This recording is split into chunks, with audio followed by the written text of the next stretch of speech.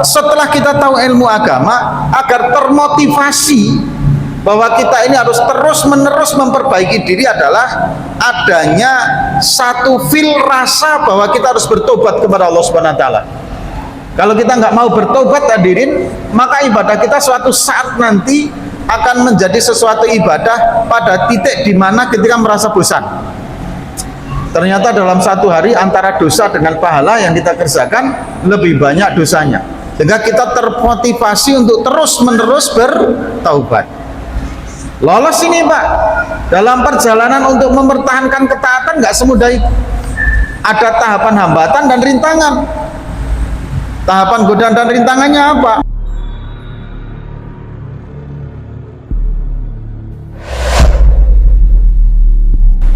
Assalamualaikum warahmatullahi wabarakatuh. A'udzu billahi minasy syaithanir rajim. Bismillahirrahmanirrahim. Alhamdulillahi rabbil alamin. Alladzi an'amana bi nikmatil iman wa bi nikmatil islam. Asyhadu an la ilaha illallah wahdahu la syarikalah wa asyhadu anna sayyidana Muhammadan abduhu wa rasuluh. Allahumma sholli wa sallim ala sayyidina Muhammad wa ala alihi wa ashabihi wa man tabi'ahum bi ihsanin ila yaumiddin warhamhum bi rahmatika ya arhamar rahimin, amma ba'd.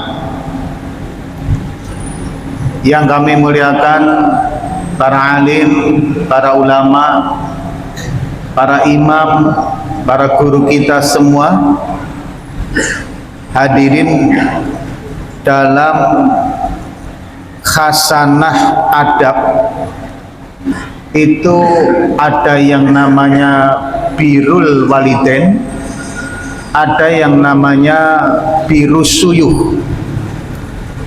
Birrul walidain ini adalah berbakti kepada kedua orang tua. Kalau birrus suyuh itu berbakti kepada, makna dasarnya adalah berbakti kepada para orang-orang tua. Tapi kemudian ada yang namanya pengerucutan makna. Yang dimaksud suyuh di sini adalah kepada guru-guru kita.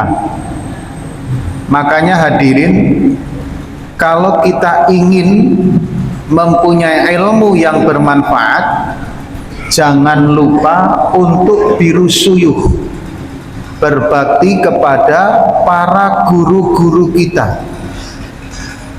Paling tidak kita selalu mendoakan mereka, khusus untuk para guru-guru kita yang muslim. Kita doakan sebanyak dan sebaik yang kita bisa. Yang non muslim kita doakan semoga mendapat hidayah. Inilah klausul daripada birrus suyuh. Nah, ini sering kita lupakan. Guru yang paling kuat berjasa kepada kita, semua berjasa, tapi permulaan yang mengajarkan kita bisa membaca dan menulis, itulah guru yang luar biasa jasanya kepada kita, baik huruf Latin maupun huruf Arab. Makanya hadirin, jangan pernah dilupakan jasa guru yang dulu pertama kali mengajari kepada kita huruf hijaiyah. Jangan pernah lupakan yang dulu pernah mengajari kita sehingga kita bisa bacaan-bacaan sholat. Ini yang kadang kita remehkan dan kemudian kita lupakan. Kadang ketika kita sudah merantau, kemudian kita mendapatkan ustadz yang menurut pandangan kita ilmunya itu mumpuni, pengpengan hadisnya, luar biasa tafsirnya. Kemudian kita melupakan guru pertama kita dulu yang mengajarkan sehingga kita bisa sholat, sehingga kita bisa wudhu, sehingga kita bisa mengerti Al-Fatihah, sehingga kita bisa mengerti bacaan Al-Quran. Itu pandangan kita terhadap ustadz itu, hadirin, hilang gara-gara takjub kita dengan ustadz yang mengajarkan sementara dan sebentar kepada kita. Nah, ini adalah kurang lebih kalau kita katakan kita ini membuang orang yang paling berjasa demi orang yang secuil atau sekejap kita kenal. Meskipun kita juga tidak boleh melupakan jasa yang baru tadi. Nah, guru yang baru kita kenal saja kita tidak boleh melupakan, apalagi guru yang dulu mengajarkan kepada kita sehingga sampai saat ini kita amalkan, terlepas benar dan tidaknya. Artinya begini Pak, misalkan dulu kita mengajarkan sujudnya belum begitu sempurna, mengajarkan rukuknya belum begitu sempurna, kemudian kita sempurnakan saat ini, itu tetap tidak bisa menafikan jasa mereka kepada kita. Inilah yang sering kita lupakan tentang biru suyuh, berbakti kepada guru.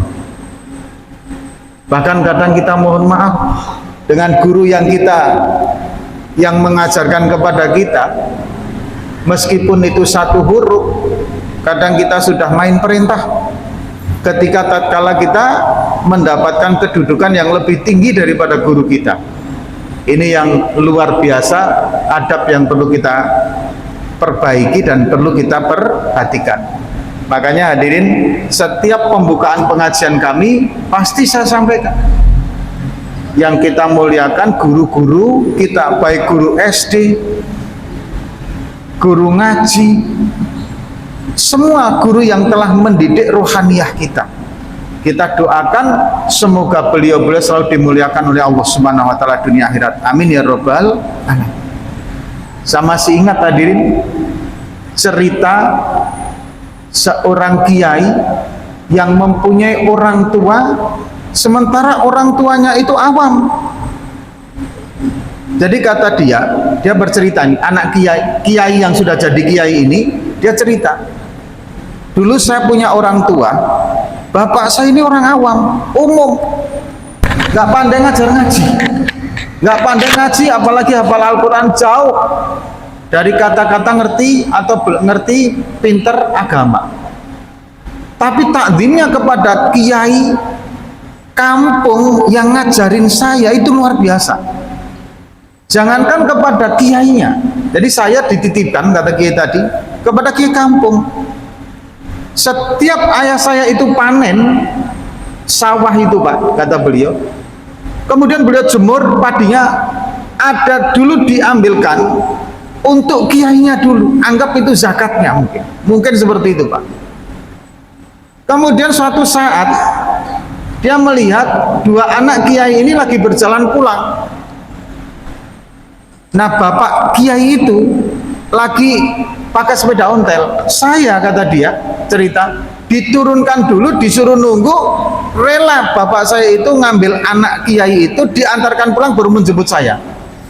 Sebab takdirnya kepada guru anaknya, alhamdulillah saya waktu di pesantren dimudahkan oleh Allah Subhanahu wa taala menuntut ilmu, dan saat ini saya mempunyai pesantren, kata beliau Pak. Itu biru suyuh, takzim kepada kiai yang mengajarkan anaknya. Nah, ini yang harus kita jaga hadirin. Semoga orang-orang yang mengajarkan kepada kita, meskipun itu satu huruf, jangan pernah dilupakan dalam doa kita. Kita doakan semoga mereka-mereka hadirin Allah muliakan kehidupan dunia akhiratnya, Allah jadikan amal soleh, amal jariah, ilmu yang dititipkan kepada kita semua. Amin ya rabbal alamin. Kemudian hadirin, mari kita bersyukur kepada Allah Subhanahu wa taala atas segala nikmat, rahmat, hidayah yang Allah berikan kepada kita.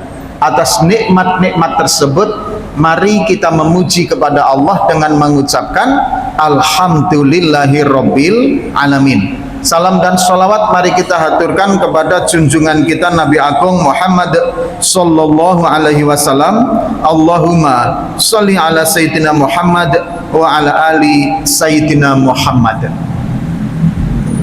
Hadirin yang dirahmati oleh Allah, pada pembahasan kali ini kita masuk tahapan yang terakhir, yaitu aqobatus sabi'ah wahya aqobatul hamdi wasyukri.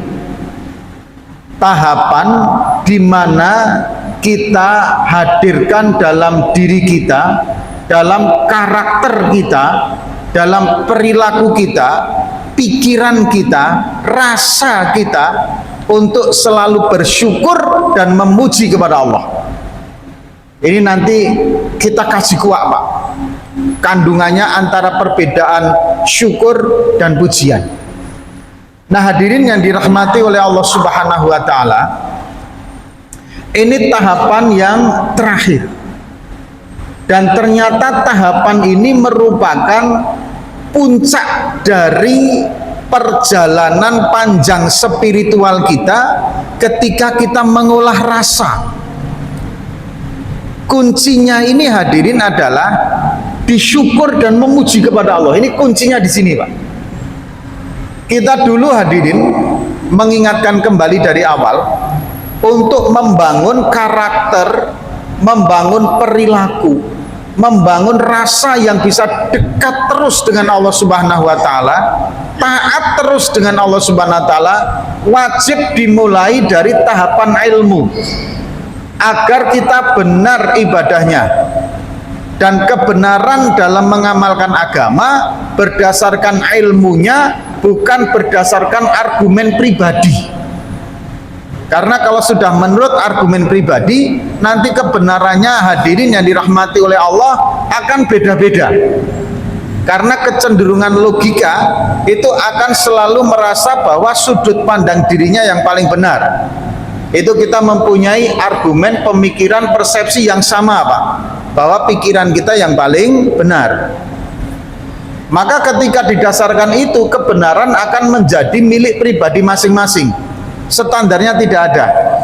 Inilah yang kemudian sebagian ulama tidak cenderung kepada ilmu filsafat, karena ilmu filsafat akan mengukur kebenaran kepada argumen yang didasarkan oleh sudut pandang pribadi berdasarkan literatur masing-masing. Nah, hadirin, agama tidak seperti itu. Ada puncak di mana kebenaran pribadi masing-masing, pendapat, sudut pandang logika mentok di situ. Harus menyerah dan meletakkan bahwa kebenaran ada di dalam aturan agama. Ini yang pertama. Maka hadirin yang dirahmati oleh Allah, contoh kasus misalkan begini, Pak. Ada anak kecil yang belum sunat, sholat bersama dengan kita. Kemudian ketika ada perkara yang menyambung kepada perkara najis yang ikut pergerakan kita, maka sholat kita menjadi batal. Sementara anak yang belum khitan, itu burungnya ketika dia kencing, maka meskipun dicuci berapapun kali, dia akan terhalang oleh kunculupnya, oleh selubung alat kelaminnya, sehingga najisnya masih terbawa. Pertanyaannya, bagaimana hukumnya ketika kita sholat bersentuhan dengan anak tersebut? Nah, kalau logika kita tentu akan kita mengatakan ya batal dong, kan itu. Karena ketika kita bersentuhan terhubung dengan perkara najis itu. Yang satu lagi tentu akan berpendapat ya nggak batal, karena kita tidak bisa menghindari dari persentuhan itu. Akan gitu, Pak, ya. Nah, ini makanya nanti kebenaran puncaknya diletakkan kepada aturan agama. Ini yang pertama. Yang kedua, setelah kita tahu ilmu agama, agar termotivasi bahwa kita ini harus terus-menerus memperbaiki diri, adalah adanya satu feel rasa bahwa kita harus bertobat kepada Allah Subhanahu wa Ta'ala. Kalau kita nggak mau bertobat, hadirin, maka ibadah kita suatu saat nanti akan menjadi sesuatu ibadah pada titik di mana ketika merasa bosan. Ternyata dalam satu hari antara dosa dengan pahala yang kita kerjakan lebih banyak dosanya, sehingga kita termotivasi untuk terus-menerus bertaubat. Lolos ini, Pak. Dalam perjalanan untuk mempertahankan ketaatan nggak semudah itu. Ada tahapan hambatan dan rintangan. Tahapan godaan dan rintangannya apa? Ada nafsu, ada iblis, ada lezatnya dunia. Lezatnya dunia ini, hadirin, tidak hanya yang dirasakan oleh mulut. Mohon maaf, termasuk harta, uang, jabatan. Ini kelezatan dunia semua, Pak. Dan biasanya tabiat asli sifat seseorang rakus terhadap dunia, serakah terhadap dunia atau tidak, itu pada saat dia memegang duit yang banyak dan memegang jabatan yang tinggi. Itu tabiatnya itu nampak. Meskipun hadirin mohon maaf ini diselimuti dengan gelar, titel, embel-embel, aksesoris dirinya sebagai orang yang ngerti agama atau orang yang tidak ngerti agama, orang yang berpendidikan atau yang tidak berpendidikan. Karakter aslinya itu ketika nanti nampak ketika dia mempunyai jabatan ataupun harta. Orang yang tawadhu, kalau memang aslinya tawadhu, meskipun dapat jabatan dia tetap tawadhu, asli. Tapi karakter orang yang sombong, dia bisa berpura-pura untuk tawadhu, tapi begitu dapat jabatan, asli sombongnya akan nampak. Kurang lebih umumnya seperti itu. Ada seseorang yang mempunyai aksesoris keagamaan, tawadhu ketika popularitas belum dia dapatkan, tapi ketika popularitasnya sudah naik, dikenal di mana-mana, dihormati orang, tangan dicium-cium, maka apakah dia nanti rakus terhadap keduniawian atau tidak, sombong atau tidak, kita bisa melihatnya pada saat di posisi itu. Nah, ini hadirin yang dirahmati oleh Allah, godaan kelezatan dunia. Orang miskin juga begitu, Pak. Begitu seterusnya, akan ada satu masa di mana orang itu akan terlihat karakter aslinya. Kemudian hadirin, ada tahapan iblis, ada godaan dari iblis, ada godaan kesibukan dunia, ada kesibukan kelezatan dunia, hambatan dan godaan ini semua kita sudah paham ini. Kemudian ada tahapan yang menghancurkan, yang melenyapkan, yang mengotori amal kita. Amal kita kerjakan, muasyarah, muamalah, cara kita bekerja, ini sudah baik semua, Pak. Sudah ada ilmunya, perilaku kita juga sudah mencerminkan perilaku yang bertaubat, tidak tergoda dengan hambatan-hambatan tadi, Pak. Pada saat ketika dia harus menjaga amaliyah-amaliyah itu, hati-hati jangan terkontaminasi, sehingga amaliyah kita bisa kabur lenyap. Apa saja perkara itu, Pak? Banyak. Contoh misalkan pamer, riya, ujub, kesombongan diri, kesombongan nasab. Nasab saya lebih tinggi daripada nasab kalian. Nggak bisa, Pak. Di hadapan Allah itu hanya dinilai yang paling bertakwa. Tidak peduli Anda keturunan siapa. Mau keturunan Nabi sekalipun, mohon maaf, Anda nggak bertakwa, jangan berharap Anda dapat maghfirah. Kemudian hadirin yang dirahmati Allah, apalagi sebagai keturunan rakyat umum seperti kita, yang dinilai oleh Allah Subhanahu wa ta'ala hanya takwanya, bukan nasabnya, bukan darahnya. Kita akan mempertanggungjawabkan perilaku kita masing-masing di hadapan Allah Subhanahu wa ta'ala. Nah, kemudian hadirin yang dirahmati oleh Allah Subhanahu wa ta'ala, kita lanjutkan. Ada lagi ngungkit-ngungkit, Pak. Apa yang sudah kita kerjakan amalia, kalau bisa ya sudah. Pakai filosofi orang buang air besar ketika kita berbuat kebaikan. Buang air besar itu, Pak, apapun bentuknya, apapun warnanya, tidak pernah kita ingat-ingat, Pak. Begitu juga sebagai amal soleh itu kurang lebih seperti itu filosofinya, bukan menyamakannya. Ini jangan sampai salah, jangan sampai salah persepsi. Masa amal soleh disamakan buang air besar? Enggak, filosofinya dalam benak pikiran kita gitu loh, bahwa lupakan. Agar apa hadirin? Agar kita tidak ada keniatan ataupun tersimpul sebuah momen di mana nanti kita bisa ngungkit-ngungkit gitu loh, Pak. Kemudian hadirin, jaga jangan sampai terkontaminasi sikap-sikap munafik, karena biasanya sikap munafik ini akan menghancurkan amaliyah kita. Bahaya sekali, Pak. Kemudian hadirin yang dirahmati oleh Allah, setelah kita lalui tahapan terakhir, Pak, ilmu sudah kita pelajari, kegiatan takwa kita, perilaku kita, rasa kita sudah benar-benar derajat ihsan itu wujud dalam diri kita. Dalam kehidupan nyata ini, Pak, mulut kita alhamdulillah zikir tidak pernah lepas. Dengar azan kita ke masjid, punya rezeki kita berbagi, tetangga nggak ada yang disakitin, teman kerja nggak disakitin, saudara kandung nggak pecah. Kepada orang tua kita birrul walidain, kepada guru kita birrus suyuh, istri kita beri nafkah dari jalan yang baik. Seorang istri berbakti kepada orang tua dengan berbakti yang baik. Anak kita alhamdulillah taat semua. Hadirin, maka untuk mengikat amaliyah yang sudah baik itu hadirin, agar tidak lepas, untuk merekatkan terus, agar nikmat-nikmat taat itu nggak bisa lepas, Pak. Jangan pernah lupa untuk masuk tahapan terakhir ini, yaitu tahapan bersyukur dan memuji kepada Allah Subhanahu wa taala. Pengaruhnya ini banyak, Pak. Satu, hadirin, ketika kita bersyukur, kita ini hadirin nikmatnya akan terus kekal dan akan Allah tambahin. Hari ini ketika kita bisa sholat berjamaah, kita bersyukur, alhamdulillah ya Allah, Engkau telah beri kekuatan kepadaku sehingga aku bisa sholat berjamaah. Insya Allah bisa istiqomah, Pak, sholat jamaahnya. Dengan rasa syukur itu berarti menafikan secara tidak langsung, hadirin, menafikan kemampuan pribadi diri kita untuk taat. Karena di situ kita langsung memuji pada Allah. Jangan diremehkan, hadirin. Bapak Ibu duduk dalam majelis taklim seperti ini, Pak. Ini jangan diremehkan. Meskipun duduk seperti ini, hadirin, kadang yang dibicarakan kita tidak paham, atau nanti keluar kita tidak bisa amal. Meskipun begitu, meskipun ini jangan diremehkan. Ada satu logika itu begini, Pak. Air ini penting, ya kan? Kita nggak ada air mati, Pak. Beras penting, kita nggak ada beras mati.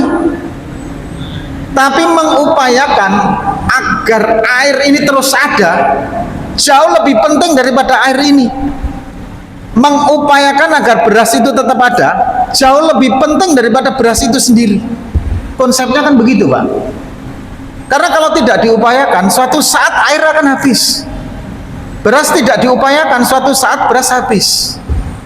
Kan begitu konsepnya. Agama yang kita amalkan ini penting, Pak. Sangat penting agama itu. Tapi mengupayakan agar agama itu terus wujud dari satu generasi ke generasi ini penting, lebih penting dari agama itu sendiri, Pak. Karena kalau tidak diupayakan, suatu saat generasi tertentu akan tidak kenal agama. Maka majelis yang membicarakan agama seperti ini, majelis dakwah, majelis taklim, ini pentingnya luar biasa. Karena dengan adanya kegiatan seperti ini, ilmu agama akan terus bersambung, terus dipelajari, terus didengar. Maka hadirin, nikmat ketika kita bisa duduk seperti ini, kemudian kita bersyukur, alhamdulillah ya Allah, Engkau sudah memberikan hidayah kepada kami sehingga kami bisa sibuk dalam urusan agama. Itu nikmat, itu syukur yang mengikat nikmat takwa tadi. Yang kedua, hadirin, orang yang bersyukur tidak akan diazab. Yang tidak bersyukur diazab sama Allah, Pak. Ayat yang sering kita dengarkan, la in syakartum la azidanakum wa la in kafartum inna adzabila syadid. Bersyukur ditambah, nggak bersyukur diazab. Ada satu ayat yang sering kita lupakan ini, Pak. Ma yaf'alullahu bi'adzabikum in syakartum wa amantum. Ma yaf'alullah, tidaklah Allah akan mengerjakan bi'adzabikum, dengan mengadab kalian, in syakartum, jika kalian bersyukur, wa amantum, dan kalian beriman kepada Allah Subhanahu wa taala. Gak bakalan diazab. Ini firman Allah dalam Al-Quran. Tidak diazab orang yang bersyukur dan beriman. Maka fungsi syukur itu ada paling tidak di dua. Nanti suatu saat kita akan kaji lebih lanjut manfaat bersyukurnya, yaitu mengikat nikmat agar nikmat itu tidak hilang. Yang kedua, hadirin, kita akan terlepas dari azab Allah Subhanahu wa taala. Karena orang yang tidak mampu bersyukur itu, hadirin yang dirahmati oleh Allah Subhanahu wa taala, akan diazab oleh Allah Subhanahu wa taala. Nah, sekarang kita melanjutkan. Tadi kami sampaikan akobah ataupun tahapan bersyukur dan memuji. Bedanya apa sih? Kan gitu, Pak ya. Begini, Pak. Kalau syukur itu cenderung gerak hati, gerak rasa. Itu syukur, Pak. Jadi orang ini apakah dia bersyukur atau tidak, atau bersyukur yang sesungguhnya atau tidak, ini betul-betul muncul nanti dalam hati dan rasa dia. Ini tidak bisa dipungkiri dan tidak bisa dihindari dan tidak bisa dinafikan bahwa wujudnya rasa syukur itu dalam rasa kita. Adapun memuji itu lebih cenderung kepada perilaku zahir, mulut, gerak tangan, kemudian gerak badan, itu pujian. Tapi kalau syukur internal, ini bedanya antara syukur dan pujian. Kalau syukur itu internal, kalau gerak batiniah, kalau pujian gerak zahiriyah. Makanya hadirin yang dirahmati oleh Allah Subhanahu wa taala, lingkup nanti pembahasannya antara syukur dan pujian itu akan lebih luas pujian. Karena dia nampak, sehingga pembahasannya akan wujudnya banyak. Baik itu tahlil, tahmid, takbir atau apapun, Pak. Gerakan badan, sholat dan lain sebagainya sebagai wujud daripada rasa syukur, kemudian dia memuji kepada Allah Subhanahu wa taala. Tapi kalau internal dalam diri, yang tahu hanya kita dengan Allah Subhanahu wa taala. Apakah kita menjadi hamba yang dimanage oleh diri kita sebagai hamba yang bersyukur atau tidak, itu diri kita. Ini perbedaan antara syukur dengan pujian. Nah, kemudian hadirin, apa materi yang harus kita syukuri? Kan gitu Pak ya. Perkara apa yang kemudian harus kita syukuri? Hadirin yang dirahmati oleh Allah, kalau dalam kitab Minhajul Abidin ini, materi atau perkara yang memang harus kita syukuri itu ada dua hal. Summan na'am, summan ni'am, adapun kemudian berbagai macam nikmat, kismani itu ada dua. Nah, gini Pak, gini, mohon maaf. Ini harus dipahami dulu. Setelah syukur dan pujian, kemudian antara nikmat dengan penderitaan. Ah, gini loh Pak. Kalau nikmat itu jalurnya ke syukur dan memuji, nikmat. Tapi kalau ujian dan penderitaan itu jangan ke syukur Pak, keliru. Kalau Bapak mensikapi penderitaan itu dengan rasa syukur, keliru Pak. Konsepnya begini, Anda mendapat kenikmatan, Anda syukuri, Anda memuji kepada Allah, nikmat apapun. Nanti bermacam-macam nikmat kami sampaikan. Tapi kalau Anda mendapat azab, mohon maaf, penderitaan, ya kan, sakit, musibah, ujian, itu konsepnya tidak bersyukur, tapi jenengan hadapi dengan sabar dan ikhlas. Sabar dan ikhlas, cara menghadapinya Pak. Cara menjalaninya sabar dan ikhlas. Tapi kenapa kok juga ada nasihat dari para alim ulama ketika penderitaan itu hadir, kemudian kita juga harus bersyukur. Begini hadirin, setiap ujian, setiap penderitaan ini akan ada nikmat yang besar sekali Pak, jika kita bisa menghadapi dengan sabar dan ikhlas. Saya ulangi, setiap penderitaan, setiap musibah, setiap ujian yang Allah berikan kepada kita itu akan nanti bersamaan, inna ma'al usri yusra, kan begitu konsepnya. Kata ma'a ini nanti ma'iyah ini Pak, maknanya kalau dalam ilmu fikih, ilmu nahwunya, bisa bareng, bisa duluan, bisa di belakang sedikit, tapi jaraknya nggak terlalu lama. Setiap ujian, setiap musibah, setiap penderitaan itu balasannya ketika kita menghadapi dengan sabar dan ikhlas jauh lebih gede, lebih besar, lebih agung daripada ujian itu sendiri Pak. Itu jika jenengan menghadapi dengan sabar.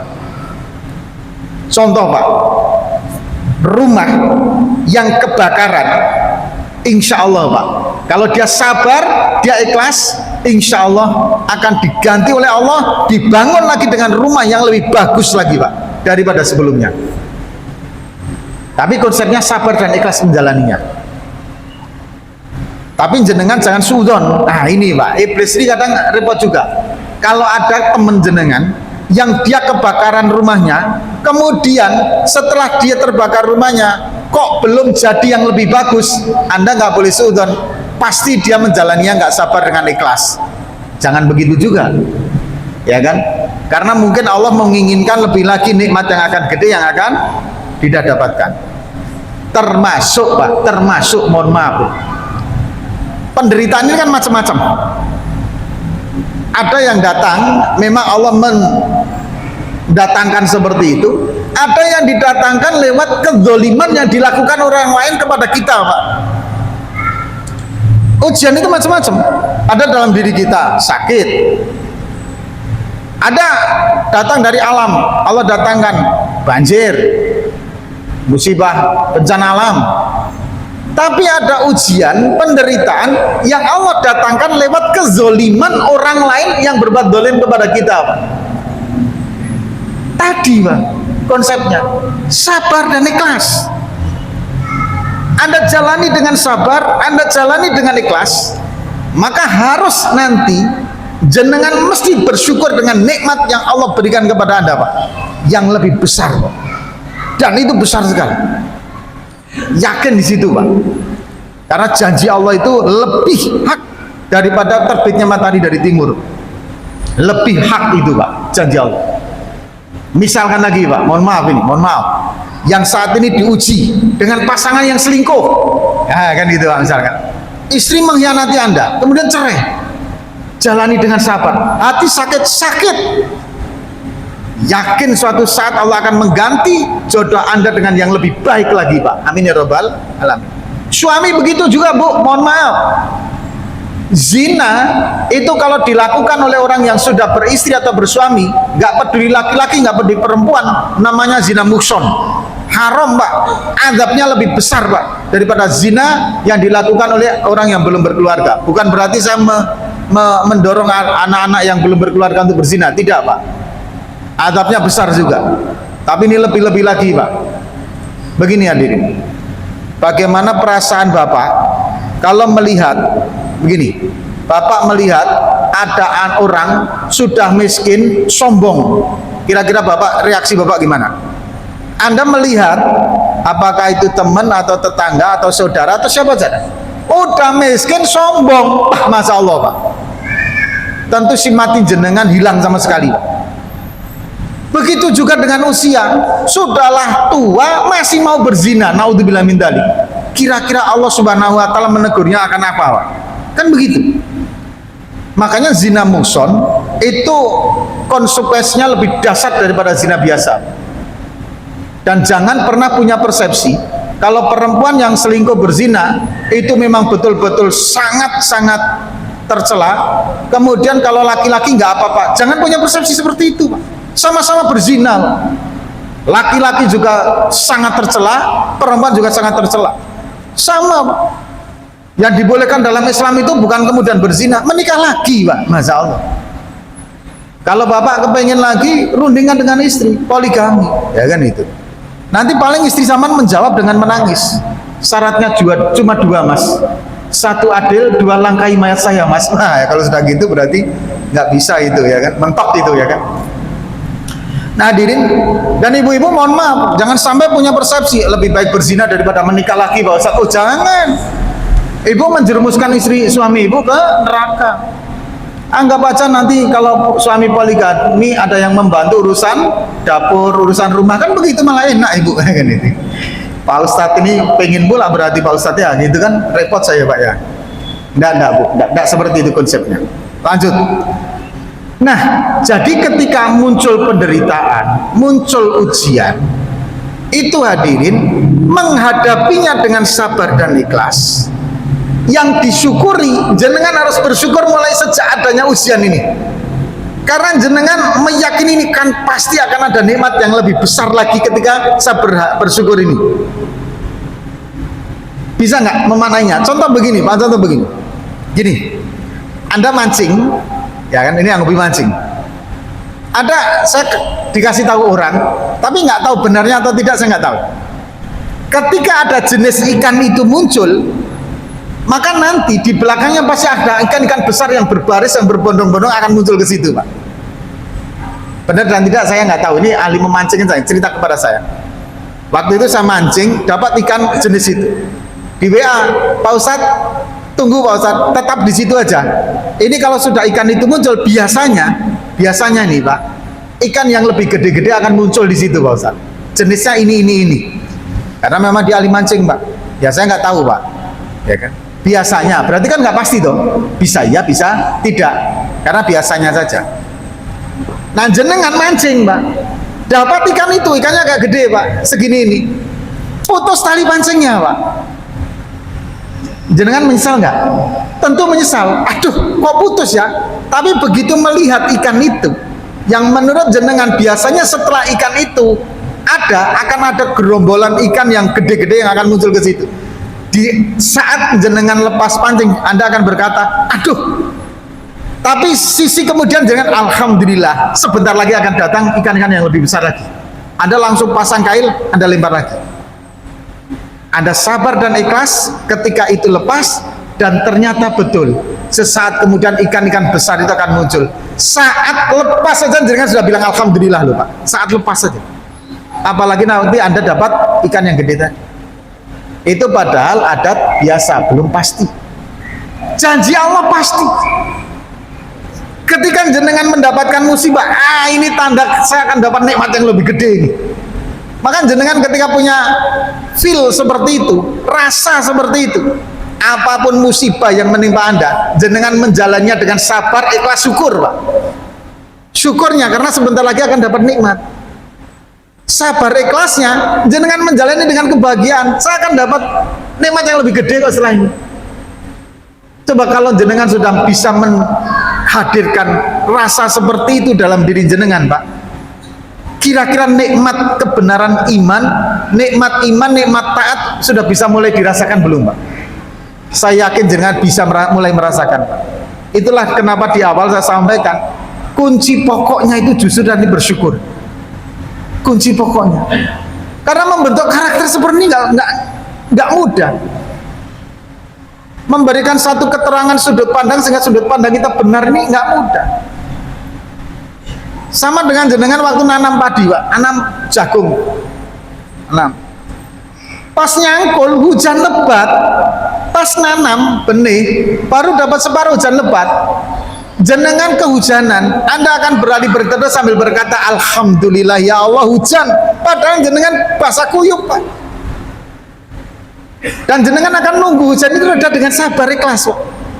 Hati seneng melihat hujan, jenengan seneng padahal basah kuyup. Kenapa seneng Pak? Karena dengan adanya air hujan itu jenengan nggak nyiram.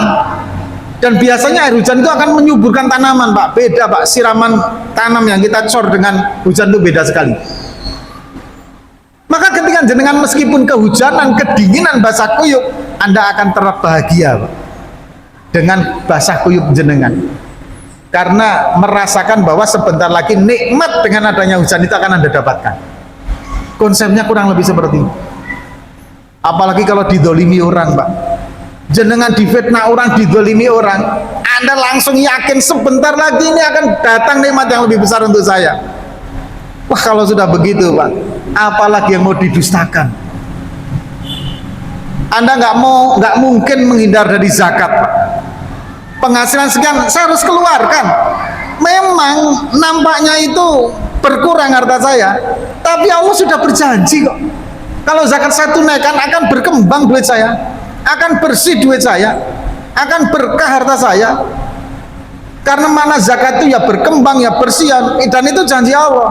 Maka meskipun saya kelihatan nampaknya berkurang duit saya, nggak masalah, karena nikmat yang lebih gede akan Allah berikan kepada saya. Bisa jadi nanti wujudnya hadirin tambah besar rezekinya, bisa jadi wujudnya nanti terhindar dari mara bahaya, Allah selamatkan dan sebagainya. Nanti bentuk nikmat itu kan macam-macam. Ini baru konsep bagaimana mewujudkan rasa syukur antara ketika menerima nikmat dengan ketika diazab.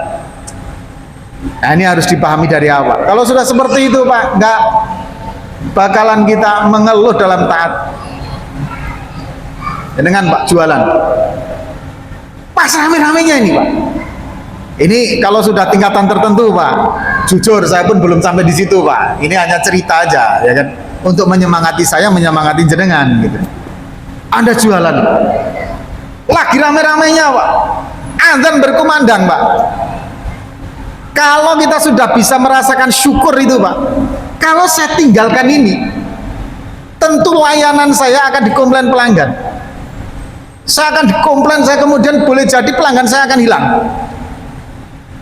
Tapi penderitaan hilangnya pelanggan saya, kalau saya tunaikan nilai taatnya ini Pak, Allah akan janjikan berkahnya rezeki Pak. Tidak akan fakir dunia akhirat. Di dunia nggak akan fakir. Saya akan tuju dengan janji Allah yang lebih pasti itu. Jenengan bisa meninggalkan itu Pak, hati bahagia mengerjakan itu meskipun pelanggannya nanti komplain. Kalau sudah seperti itu Pak, itu sudah jenengan waliullah lah Pak, sudah marifatullah, sudah merasakan nikmat yang Allah berikan sebelum nikmat itu wujud dalam hidup Anda Pak. Itu sudah pengpengan imannya Pak. Kalau jenengan sudah bisa merasakan nikmat di dalam penderitaan, di dalam ujian, Anda bersyukur dalam nikmat, dalam ujian itu Pak, Masya Allah Pak, itu Anda sudah betul-betul melihat nikmat-nikmat Allah, melihat janji-janji Allah wujud dalam kehidupan. Meskipun jenengan makomnya masih asbab, masih jualan, masih ke kantor, masih berdagang, masih menjadi karyawan, tapi hadirin, feel rasa yang jenengan hadirkan dalam diri Anda itu sudah mencapai derajat di mana jenengan sudah masuk dalam marifatullah Pak. Tapi nggak mudah. Makanya orang itu Pak, waliullah itu wajahnya berseri-seri, enak dipandang. Nggak ada waliullah kok cemberut saja, itu nggak ada, jegadul saja itu nggak ada, masam terus. Itu mungkin waliullah yang agak kesasar sedikit lah ya kan gitu kan, karena dia itu bahagia hidupnya dalam taat, memandangnya itu semuanya dengan penuh kenikmatan sehingga hatinya bahagia. Makanya orang yang betul-betul sudah mampu mencapai derajat itu sudah bisa merasakan nikmatnya surga meskipun belum masuk ke surga, sampai ada ungkapan itu. Padahal nikmat surga itu tidak ada bandingannya. Nah ini hadirin yang dirahmati oleh Allah yang bisa kami sampaikan. Lantas jenis-jenis nikmat itu apa saja, insya Allah akan kita bahas di pertemuan yang akan datang. Pada saat ini hadirin yang kita bahas adalah bahwa munculkan rasa syukur tatkala kita mendapat nikmat, sabar dan ikhlas saat ada penderitaan, dan syukuri ketika musibah itu datang. Yang disyukuri bukan musibahnya Pak, tapi yang disyukuri adalah nikmat yang akan hadir setelah nanti penderitaan ini muncul. Biasanya seperti itu. Yang dibutuhkan hanya sabar dan ikhlas menjalani ujian itu Pak. Yang dibutuhkan itu aja. Anda sabar dan ikhlas saat ini ketika diuji Pak, Allah akan berikan nikmat yang lebih besar. Sabar. Apakah penderitaan itu karena orang lain, ataukah penderitaan itu dalam diri kita, ataukah penderitaan itu karena alam yang hadir Allah datangkan dengan berbagai macam cara. Sabar, ikhlas, syukur. Nikmat yang akan Anda dapatkan jauh lebih gede daripada nikmat yang hilang saat ini. Nah hadirin yang dirahmati oleh Allah, insya Allah itu dulu yang bisa kami sampaikan. Semoga setahap demi setahap ini bisa menjadikan pemahaman kita menjadi pemahaman yang lebih dalam membangun karakter kita, karakter yang taat kepada Allah Subhanahu wa taala. Amin amin ya rabbal alamin. Mari kita tutup dengan doa kifar majlis. Subhanakallahumma wa bihamdika asyhadu an la ilaha illa anta astaghfiruka wa atubu ilaik. Wassalamualaikum warahmatullahi wabarakatuh.